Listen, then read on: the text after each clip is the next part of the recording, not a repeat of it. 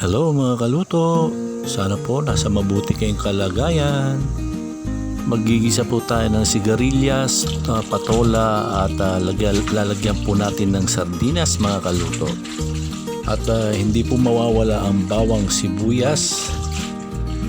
At maglalagay po tayo ng chicken cubes, pampalasa po siya. At maglalagay din po tayo ng asin at siya po yung gagawin natin pampaalat mga kaluto. Halika kayo't samahan niyo po ako.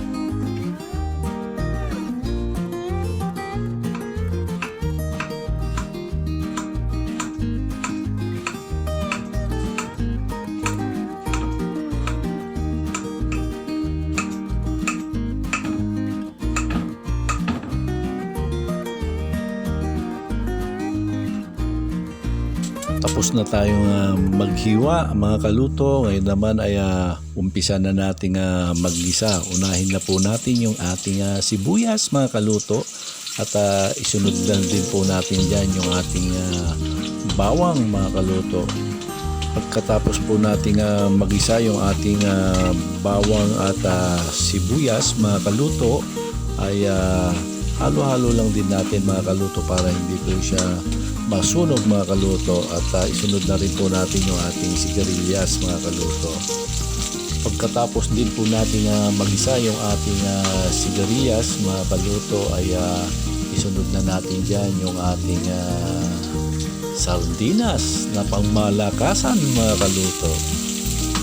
So ayan, nagisa na natin yung ating sigarilyas, ilagay na natin yung ating sardinas. At pagkatapos po natin mailagay, halo-haluin onte at onting luto lang doon sa ating sardinas. At lagyan na rin po natin ng tubig na wasa at yung ating chicken cubes mga kaluto na siyang pampalasa natin. At pagka natunaw na mga kaluto yung ating cubes ay lagyan na rin po natin ng onting asin mga kaluto. Yung katamtamang alat lang po mga kaluto. Ayan mga kaluto, kumukulo na siya. Pagkatapos niya, nilagay na rin po natin yung ating patola. Pag nailagay na po natin lahat yung ating patola ay onting halo lang po, onting mekus para pumailalim po yung ating patola sa sabaw mga kaluto. At pagkaluto na yung ating patola, syempre tikman na natin.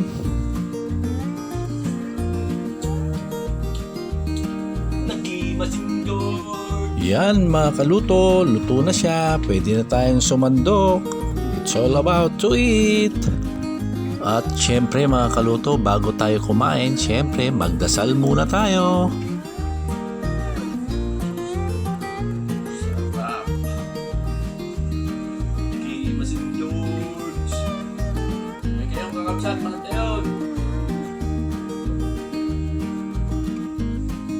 Hanggang sa muli, ito po ang inyong kaluto, nagsasabing laging magdasal and count your blessing and stay positive.